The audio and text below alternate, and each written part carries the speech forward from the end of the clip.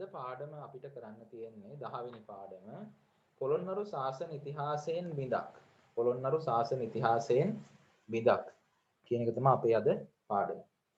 තේරවාදී බුදුසසුන ලක්දිව පිහිටුවන්නේ දේවානම්පියතිස්ස රජතුමා අනුරාධපුර රාජධානි රජකම් කරන වකවානුවේදීය. අන්න අපිට හම් වෙන පළවෙනිම වැදගත් තොරතුර. මොකද්ද? ලක්දිව බුදුදහම පිහිටුවන්නේ දේවානම්පියතිස්ස රජුරුවන්ගේ කාලේ මොන රාජධානියේද? අනුරාධපුර රාජධානිය. එතැන් සිට රජවරුන්ගේ නොමද අනුග්‍රහය ලද බුදුසසුන ලක්දිව පුරා ව්‍යාප්ත විය. එතනින් පස්සේ ශ්‍රී ලංකාවේ රජ කරපු රජවරු මොකද කරේ? ලංකාව පුරා බුදුදහම ව්‍යාප්ත කළා. ඒගොල්ලන්ගේ අනුදැනුම මත අනුග්‍රහය මත. හතරවන මිහිඳු රජුගේ යුගයෙන් පසු අනුරාධපුර රාජධානිය ලැබෙන්නේ පරිහානි කාලයකි. කාගේද? හතරවන මිහිඳු. හතරවන මිහිඳු රජුගෙන් පසු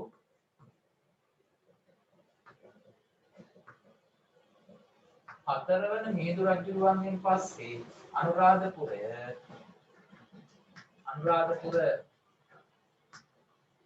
රාජධානිය විද වැටීම ආරම්භුණා. හතරවන මිහිඳු රජුගෙන් පස්සේ මොකද වුනේ? අනුරාධපුර රාජධානිය මිද වැටෙන්න පටන් ගත්තා. සොලී, කේරළ, කර්ණාටක ආදී පරසතුරු ආක්‍රමණ නිසා අවුරුදු 70 පමණ කාලයක් ලක් රජයට හා ශාසනයට උරුම වූයේ සංවේගී ජනක තත්වයකි. කාගේ ආක්‍රමණ නිසාද? සොලී, කේරළ, කර්ණාටක. සොලී, කේරළ, කර්ණාටක ආක්‍රමණ නිසා සොලී, කේරළ, කර්ණාටක ආක්‍රමණ නිසා වසර 70ක් පමණ වසර කීයක්ද? 70ක් පමණ රක් රජයට ශාසනයට උරුම වූයේ සංවේගී ජනක තත්වයකි. ධර්ම විනය පිළිබඳ විවිධ මතවාද කොට නැගිනේ. ධර්මය මොකද්ද, විනය මොකද්ද කියලා එක එක්කෙනා එක එක දේවල් කියන්න ගත්තලු. එකම සංඝ පරපුර මහා විහාර අභයගිරි ජේතවන වශයෙන් නිකාය 3කට බෙදී තිබුණා. මේ කාලේ වුණා තව සිද්ධියක්. එකම සංඝ පරපුර ප්‍රධාන කාණ්ඩ 3කට බෙදුණා. කවුද ඒ කාණ්ඩ 3? මහා විහාර, අභයගිරි සහ ජේතවන. පළවෙනි කට්ටිය මහා විහාර, දෙවෙනි කට්ටිය අභයගිරි, තුන්වෙනි කට්ටිය ජේතවන. මේ විදිහට සංඝ පරපුර ප්‍රධාන කාණ්ඩ 3කට වෙන් වුණා. කොයි කාලෙද? මේ සොලී ආක්‍රමණ, කේරළ ආක්‍රමණ නැත්නම් කර්ණාටක ආක්‍රමණ තිබ්බ මේ වසර 70ක පමණ කාලෙදී. උදේ ඒ කාලේ හිටපු සංඝයා වහන්සේලා බෙදුණනේ මේ විදිහට. බෙදුනට පස්සේ කාලයත් එක්ක මෙන්න මේ අභයගිරි සහ ජේතවන කියන සංඝ පරපුර නැතුව ගියා. කාලයත් එක්ක අභයගිරි සහ ජේතවන කියන සංඝ පරපුර ඇතුව ගියා. හැබැයි මෙන්න මේගොල්ල ඉතුරු වුණා.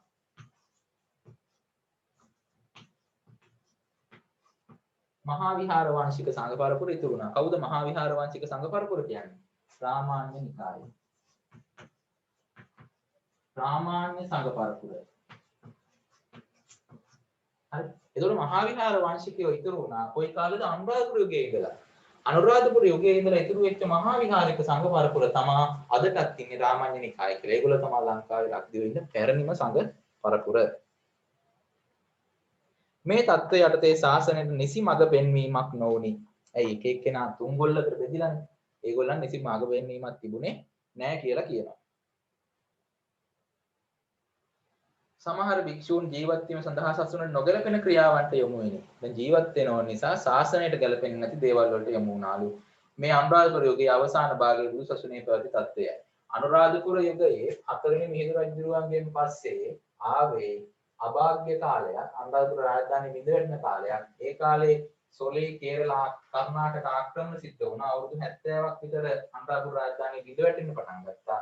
එතකොට හිටපු සංඝයා වහන්සේලා කොටස් 3කට වෙන් වුණා. මහා විහාර, අභයගිරි සහ ජේතවන කියලා.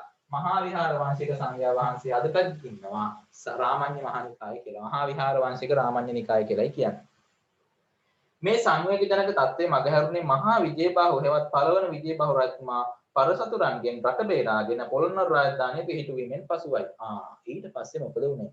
ඊට පස්සේ මහා විහාර මේ සංවේග ජනක මේ සිද්ධිය දැන් අනුරාධපුර රාජධානිය බිඳ වැටෙනවානේ. අනුරාධපුර රාජධානිය බිඳ වැටුණාට පස්සේ අනුරාධපුර රාජධානියේ රජවරු ටික එකතු වෙලා ඒගොල්ලන්ගේ අලුත් රාජධානියක් ආරම්භ කරන පොළොන්නරු රාජධානිය කවුද ඒක ආරම්භ කරන්නේ? මහා විජේබාහු හෙවත් පළමුවන විජේබාහු රජු.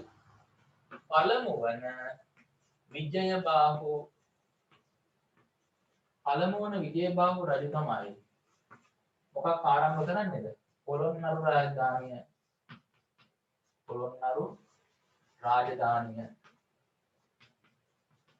ආරම්භ කරනවා. කවුද ආරම්භ කරන්නේ? මහා විජේබාහු රජු. මොන විජේබාහු රජුද? පළවෙනි විජේබාහු රජු. නැත්නම් මහා විජේබාහු. හරි. මෙයාට කියන තව නමක් මොකද්ද? මහා විජේබාහු. නැත්නම් පළවෙනි විජේබාහු. ලංකා රජපෙළපතේ පළවෙනි විජේබාහු රජු. පරසතුරන්ගෙන් රට බේරාගෙන පොළොන්නරු රාජධානිය පිහිටුවීමෙන් පස්සේ මේ සංවේගිත ජනක තත්ත්වය නැති වුණා කියලා කියනවා. ආරම්භක වකවානුවේදී ප්‍රමුඛත්වය දුන්නේ විනාශ වී ගිය රට ගොඩනැගීමට හා අඩාල වූ ජන ජීවිතය සමෘද්ධිමත් කිරීමටයි. එතකොට මේකේ ආරම්භක අවධිය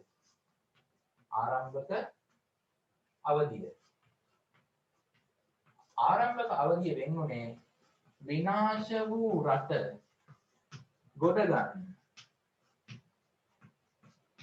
විනාශ වූ රට ගොඩ නගන්න. එහෙම නැත්නම් අවුල් වියවුල් වූ ජන ජීවිතය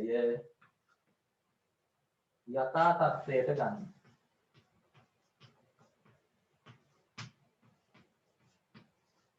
අවුල් වූ වියවුල් වූ ජන ජීවිතය යථා තත්ත්වයට ගන්න තමයි පොළොන්නරු රාජධානියේ ආරම්භක යුගයේදී සිද්ධ වුණේ.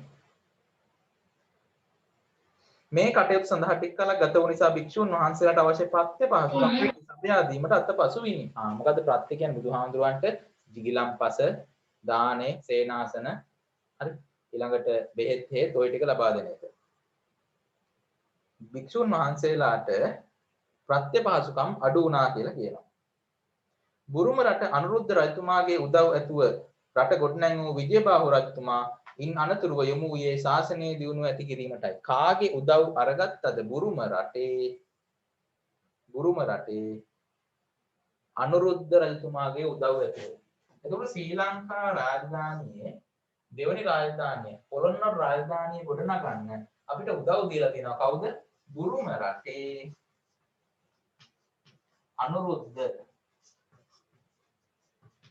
බුරුම රටේ අනුරුද්ධ කියන රජතුමා. බුරුම රටේ අනුරුද්ධ කියන රජතුමා පොළොන්නරු රාජධානිය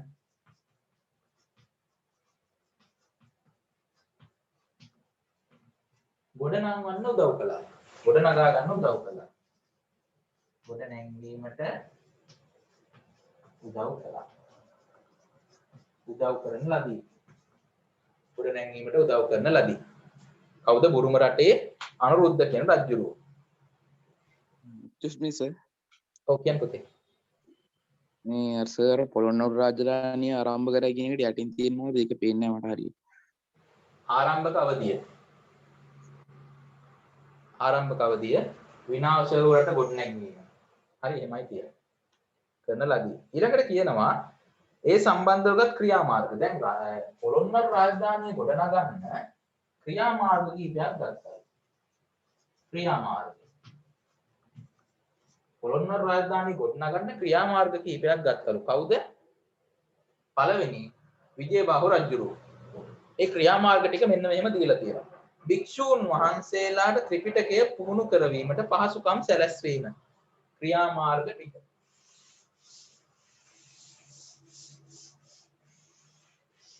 පොළොන්නරු රාජධානිය ගොඩනංවන්න බුරුම රටේ අනුරුද්ධ රජුරුවත් එක්ක එකතු වෙලා ගත්ත ක්‍රියාමාර්ග ටිකක් තියෙනවා.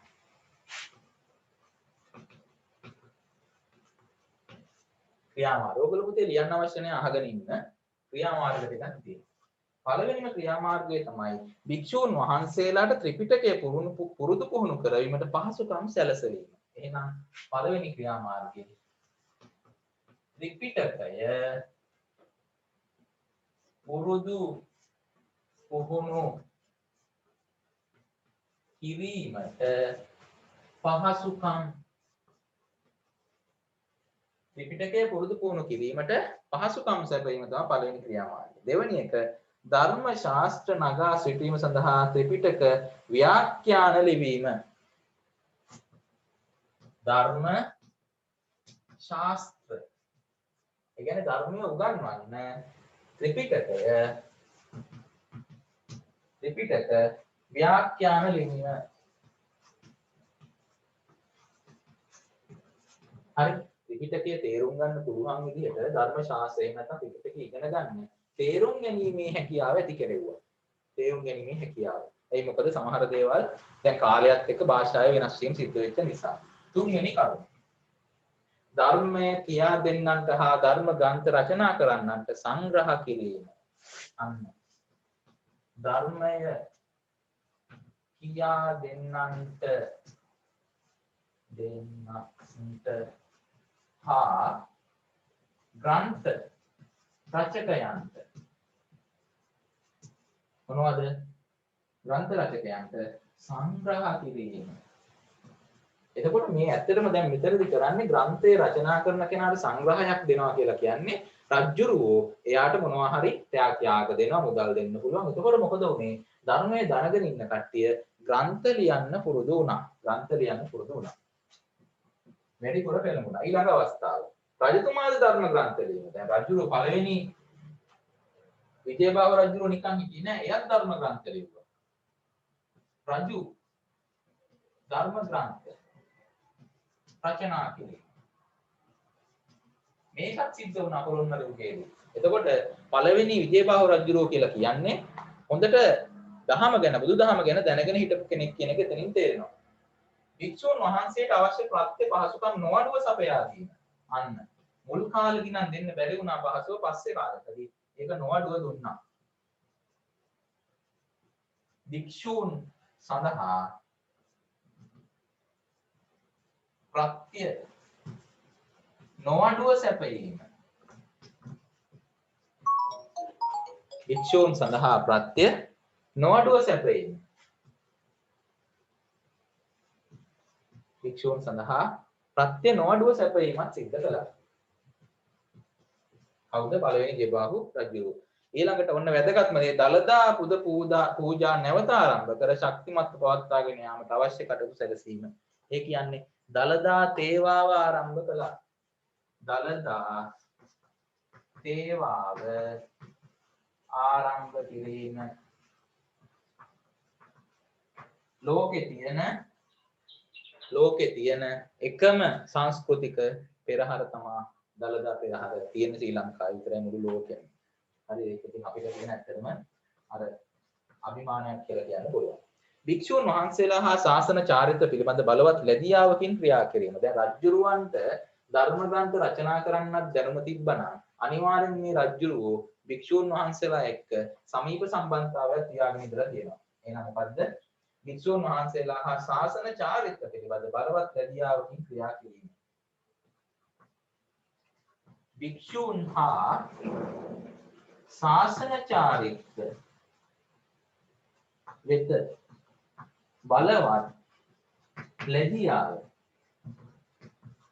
ලැබියාවෙන් ක්‍රියා කළ කවුද? පළවෙනි විජයබාහු රජුරෝ. ඊළඟට විහාරවත් පිළිවෙත් චාරිත්‍ර කඩකල තම පිසවද මාලිගාවෙන් බැහැර කර ලාභ සත්කාර පවත්වා භික්ෂූන්ගෙන් සමාවෙල්ලීමට නියම කිරීම. අන්න බලන්න එයාගේ භාර්යාව නැත්තම් අගමෙහෙසිය අගවිසව විහාරවත් පිළිවෙත් චාරිත්‍ර කඩකලා. ඉතින් තමන්ගේ ගෑණි විහාරචාර මේ පන්සලට යන එක මොකක් හරි චාරිත්‍ර දීබිලා තියෙනවා නේ. චාරිත්‍ර කඩකලාට පස්සේ මොකද කළේ? හාමුදුරුවන්ගෙන් සමාව ඉල්ලන්න නියම කළාලු. සාමාන්‍යයෙන් රජ කෙනෙක් නොකරන දෙයක්. මේ රජුරෝ කළා තියෙන. ඒකයි මෙතන මේ කරුණක් කියලා දාලා තියෙන්නේ. භික්ෂු චාරිත්‍ර විදි කඩකල අගවිසව භික්ෂු චාරිත්‍ර කඩකල අගබිසව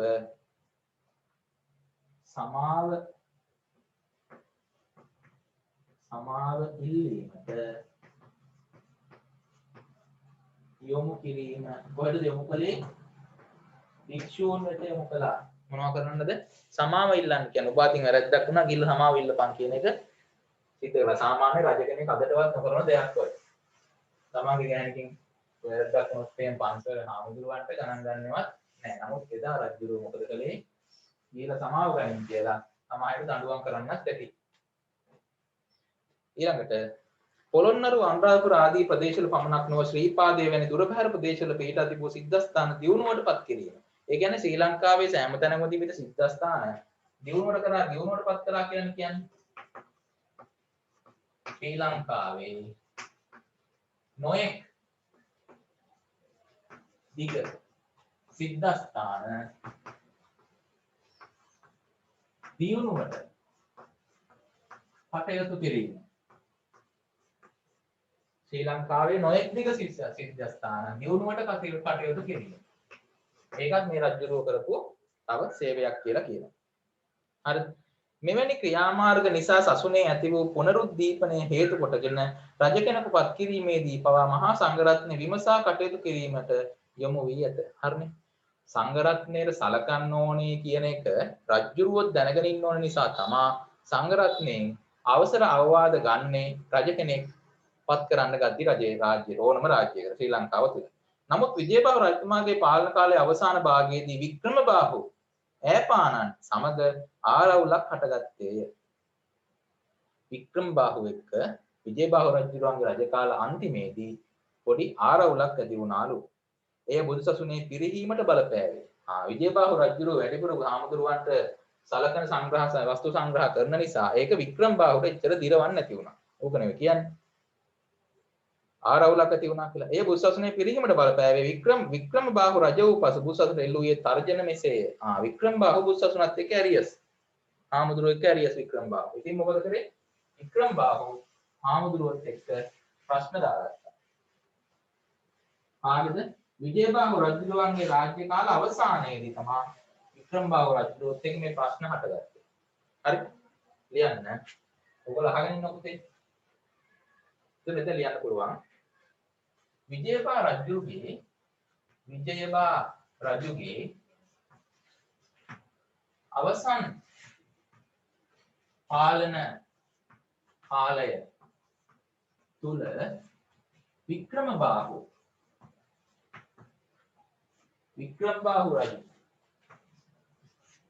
වික්‍රමබාහු රජු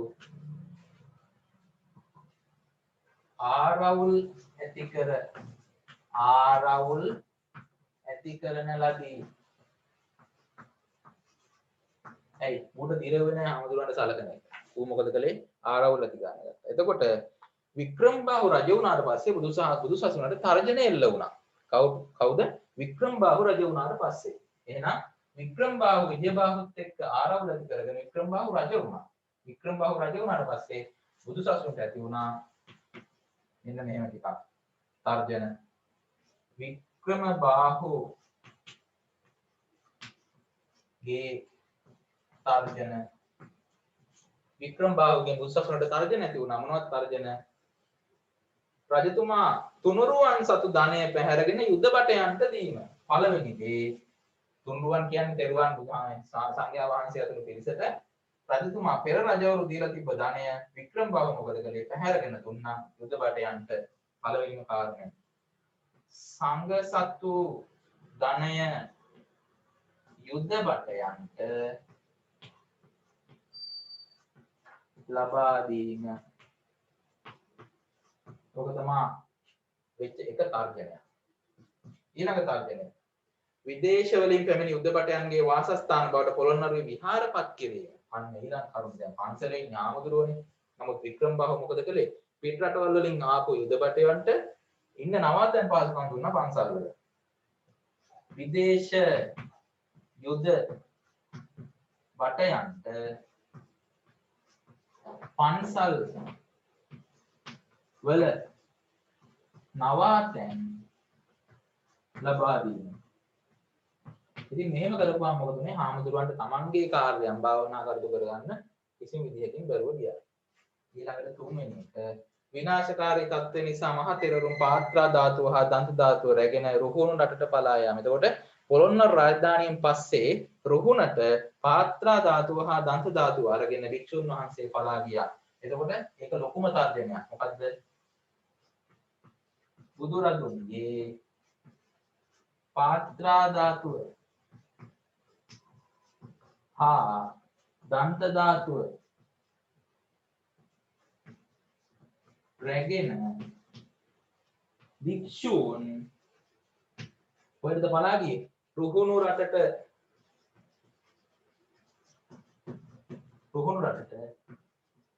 පලා යාම සිද්ධ වුණා. ඕක තමයි වික්‍රමබාහු රජුරුවන්ගේ සිද්ධ වෙච්ච තර්ජන නිසා සංඝ සමාජයට සිදුවෙච්ච බලපෑම. මෙම වියෝල්කාරී තත්ත්වයේ සංසිඳෙන්නේ රජබාහු රජු රජකමටපත් වූ පසුය. වික්‍රමබාහුගෙන් පස්සේ රජ වුණා ගජබාහු රජුරුව. ගජබාහු රජුරුව මොකද කළේ? මේ ප්‍රශ්න සේරම විසඳුවා. වික්‍රමබාහු රජුරුව සංඝයා වහන්සේට ඇති කරපු බලපෑම් ටික විසඳන්නපත් වුණා ගජබාහු රජුරුව. එතකොට රුහුණු රටට පලා ගියාම ඊට පස්සේ තමයි වික්‍රමබාහුගෙන් පස්සේනේ ගජබාහුපත් වෙන්නේ. ගජබාහු රජු වික්‍රමබාහු රජු විසින් සංඝයා වහන්සේට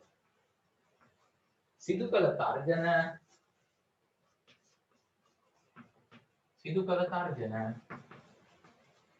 වික්‍රමබාහු රජුරුවෝ සංඝයා වහන්සේට සිද්ධ කරපු තර්ජන මේ ගජබාහු රජුරුවෝ සංසිදුවන ලදී. ඒ කියන්නේ ආයවා නිදහස් කරලා නැත්තම් විසඳලා දැම්මා. මහා සංඝරත්නය විමසා කටයුතු කළ රජ කෙනෙකි ගජබාහු රජුරුවෝ කියලා කියන්නේ නිතරම සංඝයා වහන්සේ සමග සමීපව සම්බන්ධ කරපු රජ කෙනෙක් කියලායි කියන්නේ. මේ නිසා මහා සංඝරත්නය මැදිහත් වීම මත රජවරු අතර නැවත සිදු නොවීමට සාම ගිවිසුම් මහා සංඝරත්නය මැදිහත් වීම මත රජවරු අතර නැවත සිදු නොවීමට සාම ගිවිසුම් පවා ඇති කරගෙන තිබේ. මොකද්ද සාම ගිවිසුම?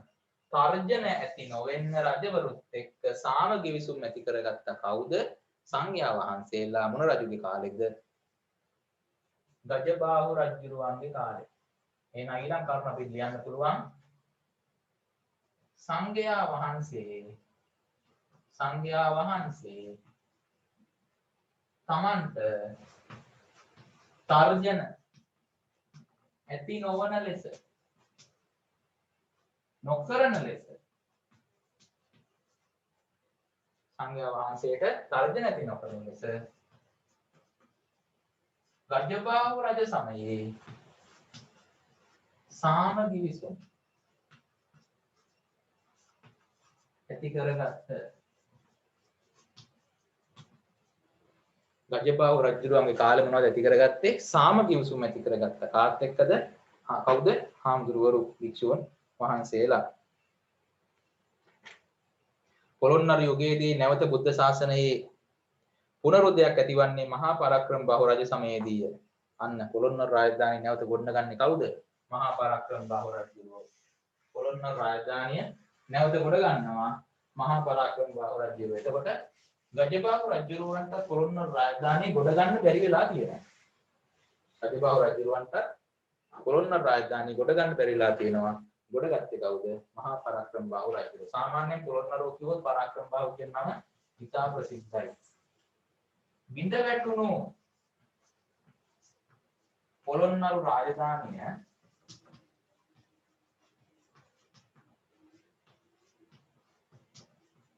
නැවත සශ්‍රීක කලේ කවුද? කලේ මහා පරාක්‍රම බාහු රජු විසිනි. මහා පරාක්‍රම බාහු රජු විසින පරාක්‍රම බාහු රජුරෝ ගමකට යවලා ගමක හංගලා තමයි හැදුවේ කියලා එහෙම ලොකු විස්තරයක් තියෙනවා. ටීවී ෆිල්ම් එකක සිරි රජ සිරි කියන චිත්‍රපටයේ මේ පරාක්‍රම බාහු රජුරුවන්ගේ ජීවිත කතාව පොඩි කාලේ කතාව තමයි තියෙන්නේ. හරි.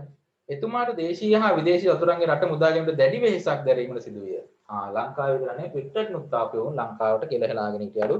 උන්ගෙනුත් ලංකාව බේරගන්න පුදුම විදිහට උත්සාහ කළා. අද කාලේ නම් එහෙම වෙන්නේ නැහැ. දීලා දාලා නිකන් ඉන්නවා මිසක්. පෙර සිටි යම් යම් රජවරුන්ගේ ක්‍රියාකලාප නිසා ශාසනය තුළ තිබුණේ ව්‍යාකූල තත්වයකි. භික්ෂූන් අතර වැරදි පිළිවෙත් බහුල විය. අසමගිය වර්ධනය විය. සමගිව පොහොය කටයුතු පවා සිදු නොවිය. මේ தત્ත්වය දැනගත් රජතුමා ශාසන මාමක ප්‍රතිපත්ති ගරුක සිල්වත් භික්ෂූන් වහන්සේලා සමග සාකච්ඡා කර උන්වහන්සේලාගේ උපකාරය ඇතිව ශාසන ශෝධනය කිරීමට යොමු විය. අන්න පරාක්‍රම බහු රජුරුවන්ගේ කාලයේ සිද්ධ වෙච්ච විශේෂ සිද්ධියක් තමයි මොකද්ද? බුද්ධ ශාසන සංඝ සමාජය බුද්ධ ශාසන සංඝ සමාජයේ ඒ දවස්වල හැංගිලා හිටිය එක පිරිස් ඒගොල්ලන් අයින් කළා බුද්ධ ශාසන සංඝ සමාජය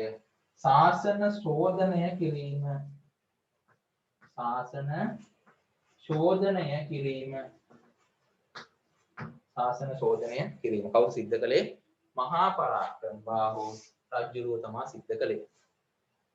දිඹුලාගල කාශ්‍යප මහතෙරුන් වහන්සේ වැනි සිල්වත් ගුණවත් මහතෙරුරු ශාසන ශෝධනය හා නිකාය සමගිය ඇති කිරීම රජතුමාට උපකාරී වූහ.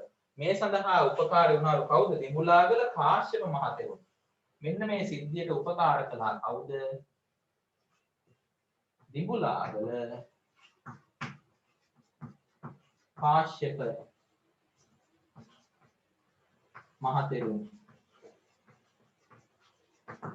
දිඹුලාගල කාශ්‍යප මහතෙරුන් තමයි ශාසන ශෝධනය කරන්න පරාක්‍රම බහු රජුරවන්ට උදව් උපකාර කළා කියලා කියන්නේ. බොහෝ කලක් බුදුසසුන පිරිසිදු පවත්වාගෙන යාම සඳහා ශාසන කතිකාවතක්ද මහතෙරවරුන්ගෙන් ප්‍රදානයෙන් සකස් කර ඇත. එහෙනම් මේ කාලේ සිද්ධ වෙච්ච ඊළඟ තමයි ශාසන කතිකාවත. ශාසන කතිකාවත ඇති කිරීම. ශාසන කතිකාවත ඇති කළා මොන කාලෙද? මහා පරාක්‍රම බහු රජුගේ කාලේ. කවුරු උපයෝගයෙන්ද? මේ දිඹුලාගල කාශ්‍යප මහ රහතන් වහන්සේගේ අනුදැනුම ඇතිව. මහතෙරුන්ගේ ප්‍රධානත්වයෙන් සකස් කළාලු ශාසන කතිකාවත. ඊළඟට පොළොන්නරු කතිකාවත හෙවත් පරාක්‍රම බහු කතිකාවත යනුවෙන්ද මේ හැඳින්වේ. මේ ශාසන කතිකාවතට තව නමක් කියනවා පොළොන්නරු කතිකාවත.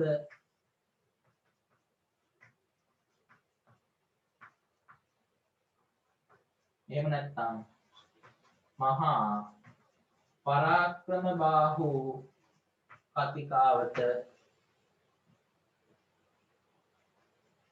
මොකේද කියන්නේ? ශාසන කතිකාවත. කවුද ඇති කළේ? මහා පරාක්‍රම බාහු රජුරෝ. කාගේ අනුදැනුම ඇතිවද? දිඹුලාගල කාශ්‍යප මහ තෙරුන් වහන්සේ ඇතුළු සංඝයා වහන්සේලාගේ අනුදැනුම ඇතිව. මෙම වකවානුවේදී ශාසන දියුණුව ප්‍රකට කරන සිද්ධීන් කිහිපයකි. අන්න එතනදී තමයි ස්වාමීන් වහන්සේලාට තනතුරු ප්‍රදානයක් කරලා තියෙන්නේ. ස්වාමීන් වහන්සේලාට තනතුරු ප්‍රදානයක් සිද්ධ වෙලා තියෙන්නේ මෙන්න මේ කාලෙදි තමයි. ශාසන කතිකාවත එහෙම නැත්නම් පොළොන්නරු කතිකාවත නැත්නම් මහා පරාක්‍රම බහු කතිකාවත සිද්ධ කරපු කාලෙම තමයි ස්වාමීන් වහන්සේලාට ශාසන තනතුරු පූජා කරලා තියෙන්නේ. දැන් වර්තමානයේ තුලත් ඔය ශාසන තනතුරු ওই විදිහටම තියෙනවා. ඒ ආරම්භ කරලා තියෙන්නේ කවුද? මහා පරාක්‍රම බහු රජුරුවෝ. මොනවද ඒ ශාසන තනතුරු? පළවෙනි තරවදා කියලා එක සංඥා කියන්න. ආදී ආගෙන ඉන්නකො. ශාසන දියුණුව කෙරෙහි සිද්ධ වෙච්ච දැන් පොළොන්නරුවේ කවුද? පරාක්‍රම බහු රජුරුවන්ගේ කාලෙදී ශාසනයේ දියුණුව සඳහා ඇති වෙච්ච සිද්ධි මොනවද කියලායි මෙතනදී කියන්නේ. සංඝරාජ පදවිය හා තේර මහා තේර සම්මුතිය ඇතුළු ශාසනික තනතුරු ප්‍රදානය. සංඝරාජ පදවිය. සංඝරාජ තේර මහා තේර.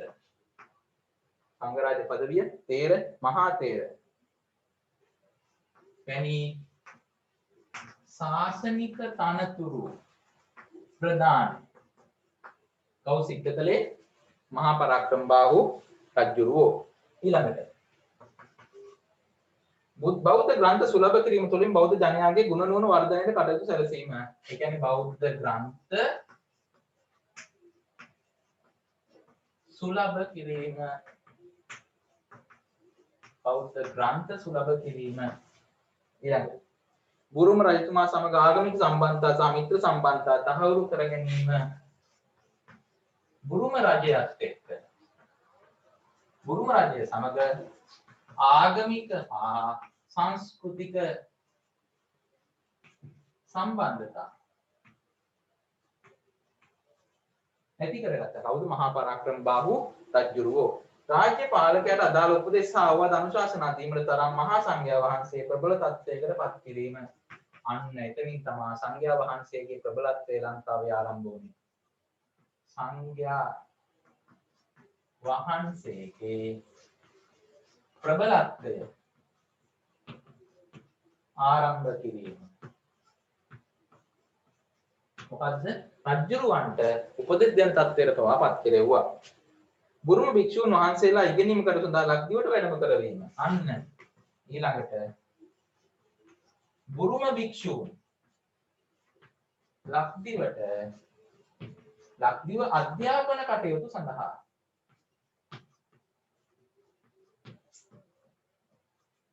වැඩම කරවීම.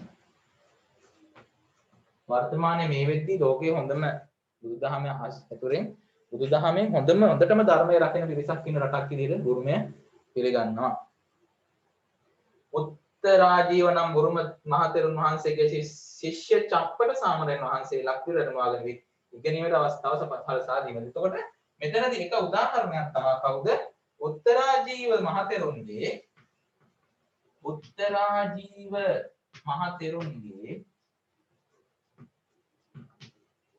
ශිෂ්‍ය උත්තරාදීව මහතෙරුන්ගේ ශිෂ්‍ය චප්පට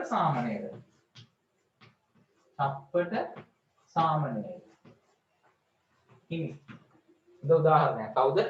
බුරුම් භික්ෂූන් ලක්දිවට වැඩම ආයමට හොඳ උදාහරණයක් කවුද? උත්තරාදීව මහතෙරුන්ගේ ශිෂ්‍ය චප්පට සාමණේර හාමුදුරුවෝ ලංකාවට වැඩම වලා යට අධ්‍යාපන කටයුතු ලබා දීම. ඉගෙනීමෙන් පසු මෙහිදී උපසම්පදා ලැබූ චප්පට හිමියන් තම රටට ගොස් සීහල සංඝ නමින් නිකායක් පිටුවාලු. අන්න වැදගත්ම සිද්ධිය බුරුමයේ තියෙනවා පුතේ. බුරුමයේ කියන රටේ තියෙනවා සීහල සංඝ කියලා සංඝ සමාජය. දැන් ලංකාවේ තියෙන්නේ මේ කවුද? මල්ලදු පාර්ශවය, අස්ගිරි පාර්ශවය, රාමඤ්ඤ නිකාය කිය මල්ලදු නිකාය ඔහොම තියෙනවානේ.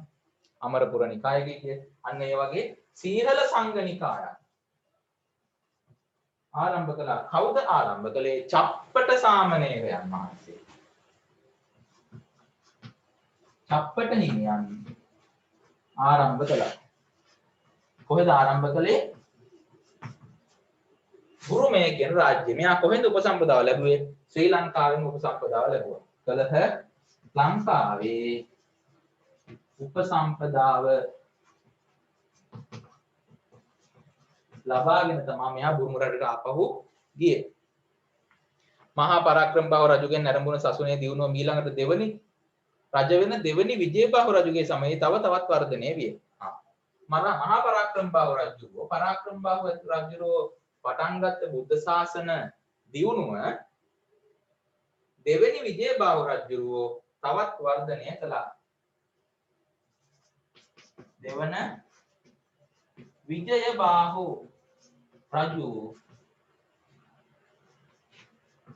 බුද්ධ ශාසනය චිරස්ථිති කළා. නැත්නම් තවත් වර්ධනය කළා. කාගෙන් පස්සේද? මහා පරාක්‍රම බාහු රජුරුවන්ගෙන් පස්සේ.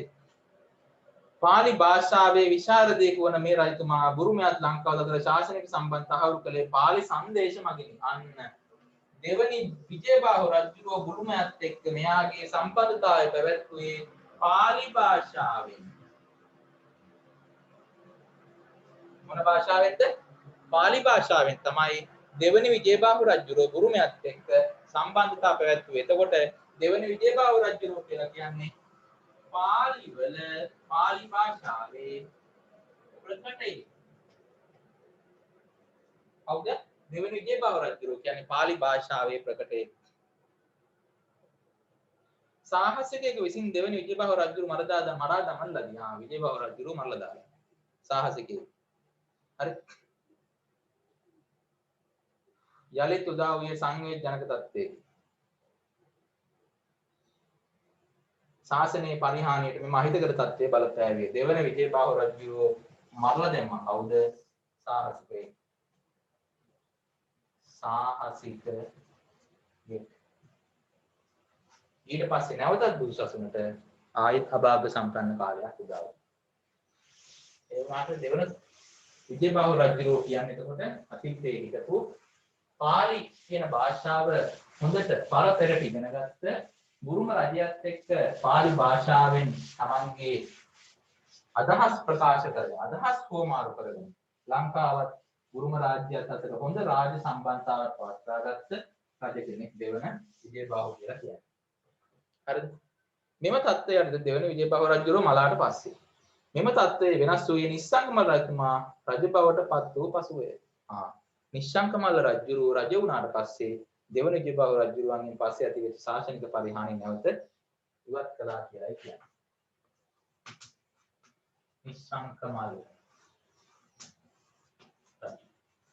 නිශ්ශංකමල්ල රජු කියන නිශ්ශංකලතා මණ්ඩපේ මතක් කරන්නේ. පොළොන්නරුව ගියාම බලා ගන්න පුළුවන්. රට එක්සත් කර වසර 9ක් පමණ රජකම් කළ ඔහු සසුන්ගේ දියුණුවට කළ කටයුතු නිසා කීර්ති ශ්‍රී නිශ්ශංක ශිලා ලේඛනයේ කටයුතු කළ කීර්ති ශ්‍රී නිශ්ශංක ශිලා ලේඛනයේ සඳහන් වෙනවලු. නිශ්ශංකමල්ල රජතුමා සසුන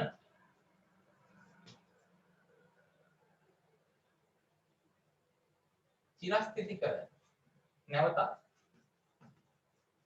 වසර 9ක් රජකම් කළා බව.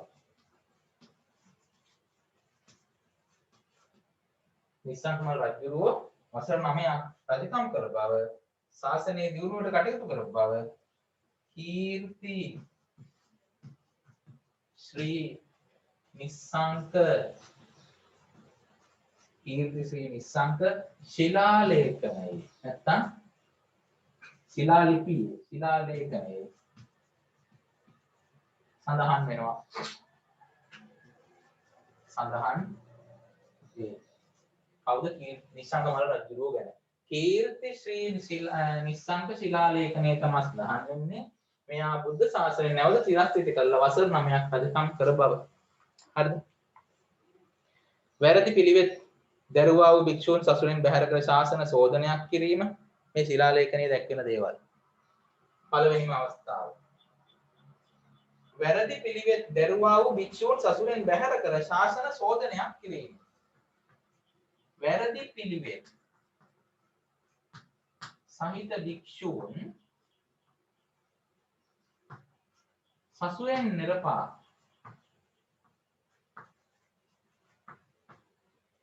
වැරදි භික්ෂූන් සසුනෙන් නිරපා ශාසන ශෝධනයක් කිරීම. ශාසන ශෝධනයක් කිරීම. ඔන්න නිශ්ශංකමල්ල රජුරුවන්ගේ කීර්ති නිශ්ශංක ශිලාලේඛනයේ සඳහන් වෙන කරුණු. ඊළඟට මනාව පිළිවෙත් රකින්න භික්ෂුන් වහන්සේලාගේ හිතසුව පිණිස එම භික්ෂුන් වහන්සේලාගේ කිට්ටුවර ඥාතීන්ට සංග්‍රහ කිරීම. මනාව පිළිවෙත් පුරණ භික්ෂූන්ගේ මනාව පිළිවෙත් පුරණ භික්ෂූන්ගේ ඥාතීන්ට සංග්‍රහ කිරීම. පිළිවෙත් පුරණ භික්ෂුන් වහන්සේලාගේ ඥාතීන්ට සංග්‍රහ කිරීමත් මේ නිශ්ශංකමල්ල රජුරෝ විසින් කරලා තියෙනවා. තුන්වෙනි එක තමයි දිවයින පුරා වෙහෙර විහාර දිවයින පුරා වෙහෙර විහාර ප්‍රතිසංස්කරණය කිරීම. ප්‍රතිසංස්කරණය කිරීම. කවුද කළේ? නිශ්ශංකමල්ල රජුරෝ. මේ නිශ්ශංකමල්ල රජුරෝ මේ ටික කළා කියලා සඳහන් වෙන්නේ කොයිද? කීර්ති ශ්‍රී නිශ්ශංක ශිලාලේඛනයේ අවුරුදු 9ක් රජුරෝ මේ රාජධානිය කරගෙන ගියා. නිශ්ශංකමල්ල රජතුමාගෙන් පසු පොළොන්නරුව රාජධානිය කොටගෙන රාජ්‍යත්වයට පත් වූයේ මහා පරාක්‍රම රජතුමාගේ දේවිය වූ ලීලාවතී රජිනයි. අන්න ලංකා රාජධානී රජිනක් රජ කරලා බව දැක්වෙන තැන. හරිද? නිශ්ශංකමල් රජතුමාගෙන් පසු පොළොන්නරු රාජධානී කොටගෙන ජාතිත්වයට පත් වූයේ නිශ්ශංකමල් රජතුමාගෙන් පස්සේ තමා ලීලාවතී රජින රජ වුණා කියලා කියන්නේ. හරි. එතකොට නිශ්ශංකමල් රජුරෝ ශ්‍රී ලංකාවේ බුද්ධ ශාසනය පිහිටුවන්න සහ බුද්ධ ශාසනයේ චිරස්ථිතිය සඳහා ශාසනය නිවැරදි ශාසන පිළිවෙත් කරන භික්ෂූන්ට උපස්ථාන වටන් කරා වගේ මේ භික්ෂූන්ගේ ඥාතීන්ට උපස්ථාන වටන් කළා. හැබැයි නිශ්ශංකම රජුන්ගේ රාජධානී කොටගෙන රාජධානියට පත්වන්නේ පරාක්‍රම රජුගේ දේවිය වූ ලීලාවතී රජුණයි. නිශ්ශංකමල් රජුගෙන් පස්සේ රජ වෙන්නේ ලීලාවතී රජු. මෙයා එච්චර හොඳ කෙනෙක් නෙමෙයි කියලා කියන්නේ. ලීලාවතී රජු. අවස්ථා තුනක් රජ බවට පත්වන ඇයගේ පාලන වකවානුවේ මුල් භාගයේදී දහම් පොත්පත් ලිවීම ආදී සිදු වී ඇත. මේ ලීලාවතී රජුගේ රාජ්‍ය කාලයේ මුල් භාගය දහම් පොත්පත් රචනා වීම සිද්ධ වුණා කියලා කියනවා. දහම් පොත්පත් රචනා වීම සිද්ධ වුණා කියලා කියනවා ලීලාවතී රජුගේ මුල් කාලේ රාජ්‍ය මුල් කාලයේදී. පසුව ඇති වූ මාර්ග ආක්‍රමණය රජරට පමණක් නොව රුහුණු රට පවා ඉදිකළ විහෙර විහාර වෙනසුනි. මෙයාගෙන් පස්සේ මාර්ග ආක්‍රමණය සිද්ධ වුණා. මේ මාර්ග ආක්‍රමණයේදී පුතේ අපිට වෙච්ච දේවල් තමයි රජරට පමණක් නොව රුහුණු රට පවා ඉදිකළ විහෙර විහාර වෙනසුණා. රජරට රුහුණු රට විහෙර විහාර වෙනසුණා. වෙනසීම. මොකෙන්ද? මාර්ග ආක්‍රමණයෙන් තමයි කාලිංග මාර්ග කියලා කියනවා. මාර්ග ආක්‍රමණයෙන් තමයි සිද්ධ වුනේ. විහාර සන්තක දීපල පැහැර ගැනුණි. අන්න මාර්ග ආක්‍රමණය තිබුණේ. විහාර වෙනසීම, විහාර දීපල පැහැර ගැනීම. විහාර දීපල පැහැර ගැනීමත් සිද්ධ වුණා. ඔයගොල්ලෝ ලියන්න අවශ්‍ය නැහැ පුතේ අහගෙන ඉන්න. ධර්ම පොත්පත් ගිනි තබා භික්ෂුන් වහන්සේලා පවා පීඩා ඇති වෙන්නේ. මෙන්න මේ අවස්ථාවේදී තමයි පුතේ මාර්ග ආක්‍රමණය ලංකාවේ ලොකු දැනුමක් නැති වුණා කියලා කියන්නේ මේ ධර්ම පොත්පත් ගිනි තබා විනාශ කරපු අවස්ථාව. ධර්ම පොත්පත් ගිනි තබා විනාශ කළා.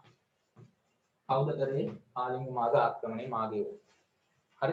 මහා ශාසනික හා ජාතික පරිහානියක් මාර්ගයේ සේනාව සිදු කළේය. ඒ නිසා පොළොන්නරු රාජධානිය බිඳ වැටුණි. අන්න පොළොන්නරු බිඳ වැටෙන්න කවුද හේතු වුනේ? මාර්ග ආක්‍රමණය. පොළොන්නරුව බිඳ වැටීම. පොළොන්නරුව බිඳ වැටීම සිද්ධ වුණා මාර්ගයේ ආක්‍රමණය මත. මේ අන්දමට අනුරාධපුර සමයේ නැරඹෙන ලාංකේය බුද්ධ ශාසනයේ එම වකවානුවේ අවසාන භාගයේදී පරිහානි තත්ත්වයකට පත් වෙයි. පසුව පොළොන්නරු රාජධානිය බිහි කරන පළමු විජයබාහු රජු ශාසනයද පුනරුත්ථාපනය කර සුරක්ෂිත කිරීමට ක්‍රියා කරයි. ඔහුගේ ඇවැමි පසු නැවතත් අභාග්‍ය සම්පන්න තත්ත්වයකට මුහුණ පාන බුදුසසුන මහා සංඝරත්නයේ උපකාර ඇතිව මහා පරාක්‍රම රාහු රජතුමා නැවත ගොඩ නංවයි. දැන් මේ කතා කරපු එක මේ සංක්ෂිප්තව කියන්නේ. ඉන්පසු නැවතත් පිරිහීමට ලක්වන බුදුසසුන කීර්ති නිස්සංකමල්ල රජුන් දවස නැවත නගා සිටුවයි. දැන් මේක නිකන් අර ප්‍රස්තාවයක් වගේ. බුදු සාසනය නගා සිටුවනවා ආය පරිහානියටපත් වෙනවා. ආය නගා සිටුනවා ආය පරිහානියටපත් වෙනවා. ආය නගා සිටුනවා ආය පරිහානියටපත් වෙනවා. ආය නගා සිටුනවා ආය පරිහානියටපත් වෙනවා. හැබැයි කොච්චර පරිහානියටපත් කළත් නැවත නගා සිට වෙනවා. ඔටෝම ඇයි ඒ බුදුහාමුදුරුවෝ කියලා තියෙනවා. බුදුරජාණන් වහන්සේගේ ධර්මයේ රැඳෙන්නේ ලංකාවේ පමණයි කියලා. හරිද? බුද්ධ ශාසනය රැකිලා තියෙන ලංකාවේ පමණයි කියලා. අවසානයේ ලීලාවතී රජුණගේ වකවානුවේදී සිදුවන ආක්‍රමණය නිසා ශාසනයට මහත් වූ විපතක්වත් වේ. මේ අනුව වරක දීප්තිමත් බබලමින් තවත් වරක පරිහානියටපත් වෙමින් බුදුසසුන පොළොන්නරු රාජධානි සමයේ පැවතියේය. හරිනේ. කෙසේ වෙතත් ශාසනික පරිහානිය සිදු වූ සෑම විටම ශ්‍රේෂ්ඨ නරපතීන් හා ධර්ම විනයදර භික්ෂූන් වහන්සේලා එකතු වී නැවත පුනරුත්ථාපනය කිරීම ලක්දිව බුදුසසුන තුළ දැකිය හැකි ඓතිහාසික ලක්ෂණයකි. මොකද්ද බුදුසසුනේ දකින්න පුළුවන් ඓතිහාසික ලක්ෂණය?